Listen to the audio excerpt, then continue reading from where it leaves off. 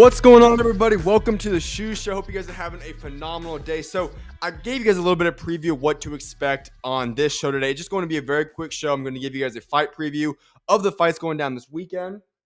And then we're going to go and we're going to get into some boxing news and then wrap it up. I don't expect the show to go on for too long today, but we're just going to get right into it today. If you guys do have any comments or questions, whatever it is, leave it in the chat and I'll make sure to address that on today's show. But I do expect for it to be a little bit of a quick show today, and then we'll get right back into things next week, which should have a little bit more guests on the next week's shows, both basketball and boxing as well. So let's hop right into it, though. This weekend is not the biggest, most grand weekend of boxing, but there is a little bit of boxing going down, one of which is the Pro Box TV card. Najee Lopez fighting KALVIN Henderson.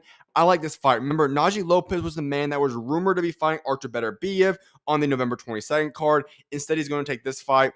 This is a good opportunity for himself. I like this fight for him. I think he's going to go out there and should have a good victory here in this fight. I think he's a very intriguing prospect, continuing to work his way up. So I do favor Najee Lopez in this fight, but he's a very fun fighter to watch. Going in the co-main event slot, EMILIANO Moreno fighting RAUL GARCIA. This is another fun fight. I'm very high on EMILIANO Moreno. I think he's got a bright future. Very young fighter still, but I think he's got a very bright future. I think he's someone that's, call it 18 to 24 months, if you will, until I think he's going to be a legitimate world champion type contender. Still very, very young, but he is growing rapidly. I like watching him, what he brings to the table, and it actually might be a little bit quicker than 18 months now that I think about it, but he's a fun prospect to watch there as well. Then, some other notable fights going down in boxing.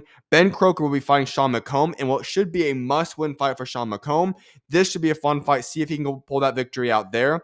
And then, Henderson Stanionis will be fighting JABULANI McComb. This is going to be a fun fight as well. And for Henderson Stanionis, remember, he's coming off of the loss to Boots Ennis when he lost his world championship.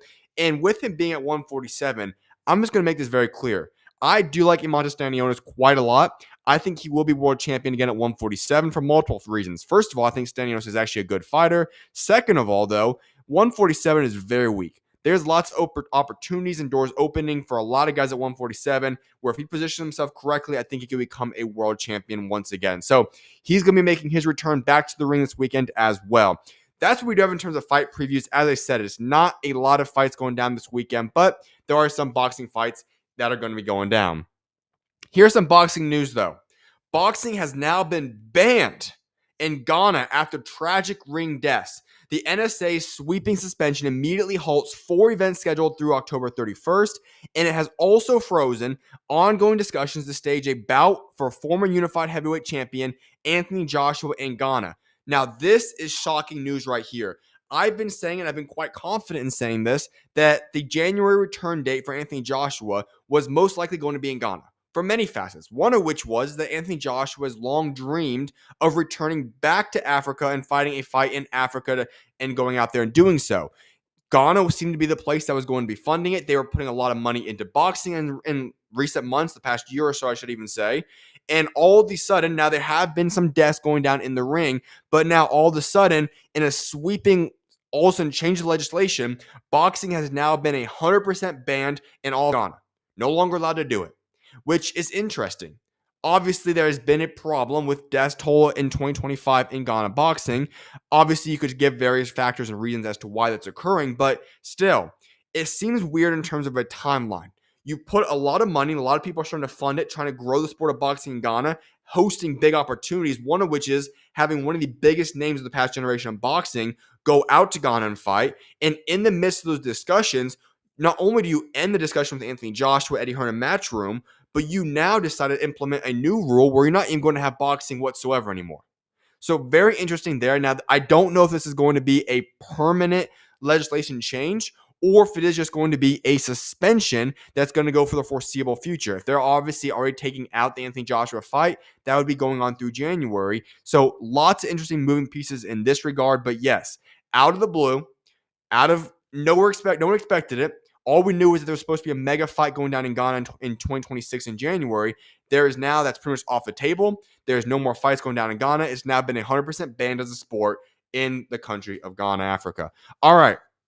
Another interesting news. Fraser CLARKE-TKV on BBC this is from Frank Warren's word. He calls it unfair competition. Here's the exact quote, and I find it hilarious, but I'm just going to read it for you guys first. This is Frank Warren on Boxer and BBC's CLARKE-TKV fight clashing with his October 25th Joseph Parker vs. Fabio Wardley DAZN pay-per-view. I'm not happy with it. And I think because of what the BBC are, which is a national broadcaster, I think it's unfair competition. They wouldn't do that with a football match, would they? Or rugby match. They just wouldn't do it. Yes.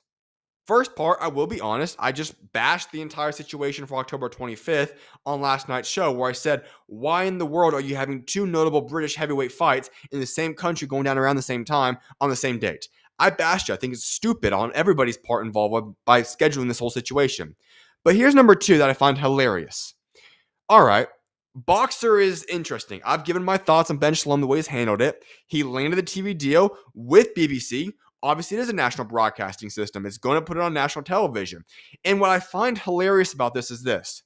Everybody in boxing knows that fans want the pay-per-view era to end. That era needs to be over with.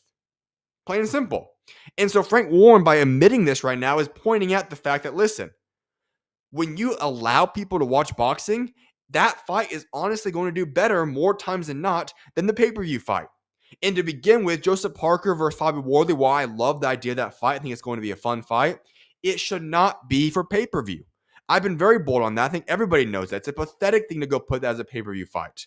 Yet, here we are. It is a pay-per-view fight. And so you're going to be competing with one that's nationally broadcasted, free for everybody, and one that you're going to pay an exorbitantly high pay-per-view price. What are you going to choose? If you have to only pick one, odds are for the majority of people, they're going to go out there and choose the one that's on national television. Duh. And that's the problem with this. We're witnessing it in live time. What happened with Canelo Bud Crawford? What's going to happen with Jake Paul Gervonta Tank Davis? What happened with Jake Paul Mike Tyson? When you allow the public to go watch a boxing fight, guess what? People want to watch it. But when you keep making it so difficult for people to watch stuff on pay-per-view, nobody's going to go out there and be able to watch it, especially when you have competition. So, yes, it is a slap in the face to Frank Warren. Yes, it is a messed up situation, but hopefully, now this might sound like some crazy wisdom right now. Hopefully, though, you take some advice from people and learn. Don't keep making these dumb pay-per-view fights. That should not be pay-per-view. Plain and simple. I can't make that change. Frank Warren and those promoters are the ones that have to go out there and stop making pay-per-view fights and start just allowing the public to go watch these fights, put it on national broadcast, allow it to be opened up to the public on Netflix or whatever it is, and stop gatekeeping the sport of boxing. Hopefully they learn, but who knows? The last thing I want to get into on today's show is in regards to Keyshawn Davis. Keyshawn Davis is now ranked the number one spot in the WBO's 140 rankings. He is not a mandatory for Teofimo Lopez, though. Teofimo is the super champion and will not have a mandatory due for 18 months after defeating his mandatory Barboza in May. So, lots of stuff to unpack right there. Let me break it down for you.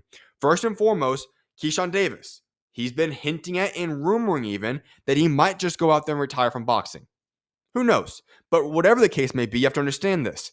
When organizing bodies go and rank their people, these rankings are obviously not just based upon who's the best fighters.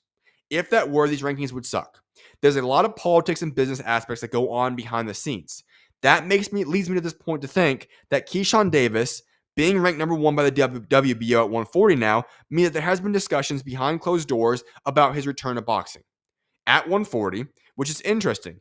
I've always said this. I don't think Keyshawn Davis will retire from boxing. I've been quite vocal on that aspect. I just think he's going to return to boxing at some point in time. Will he take some time off? Yes. And also, he needs to take time off from boxing to get this right. But with that being said, for Keyshawn Davis, being number one slot makes a lot of sense. Teofimo will be fighting Shakur Stevenson most likely in January 2026. When that fight occurs, it's still going to allow for Teofimo to go possibly even have another fight before he fights somebody else. Would Keyshawn Davis be a nice payday? Sure. But if you're Keyshawn Davis, you're not jumping up to 140, returning after being outside of the ring for roughly a year or more in fighting Teofimo Lopez. Not happening.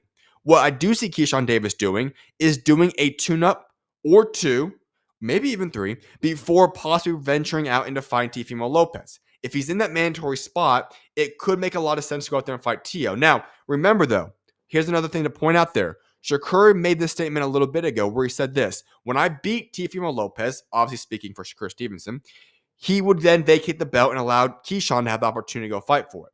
That is another route. But regardless of what it is, let's just be honest. The way Keyshawn Davis handled his situation on June 7th in Norfolk, Virginia was one of the most embarrassing situations I've ever seen from a world champion in boxing. Horrible. He needs to take time off, get his mind right, so on and so forth. At the same time, I've been very vocal about this aspect. Don't write Keyshawn Davis off yet. We all saw the way he performed. He was a budding superstar, could have been one of the next faces of American boxing. Yes, he potentially threw that all down the drain. I think it's more so he threw it down the drain for the time being. A little bit of a standstill now in his career. But I do think Keyshawn Davis will be back in boxing. I do think Keyshawn Davis will return to the ring, become world champion once again at 140, and he will go on to have a great career if he gets the mind right. That's a big if. But if he does that, I don't think we have to worry too much about Keyshawn Davis. I think he will be just fine. Just hopefully he takes care of himself, gets himself right, and when he returns to the ring in the future, he can work his way up to becoming world champion at 140. All right, with that being said, as I said, today was going to be a very short episode. I hope you guys have a phenomenal rest of you guys Friday. Enjoy the weekend, and I will be back live on Monday. As I said, expect for next week to have quite a few more guests. Monday will not. I'll be getting back into town stuff, but expect guests. I know for sure Wednesday and Thursday I already have guys booked, but we'll have some more guests on next week's show. So I hope you guys have a great week. I appreciate you guys all for tuning in during the duration of this week. May God bless you guys all. I'll see you guys back live on the show on Monday. Enjoy your guys' weekend, and may God bless you guys all. Shoot us out.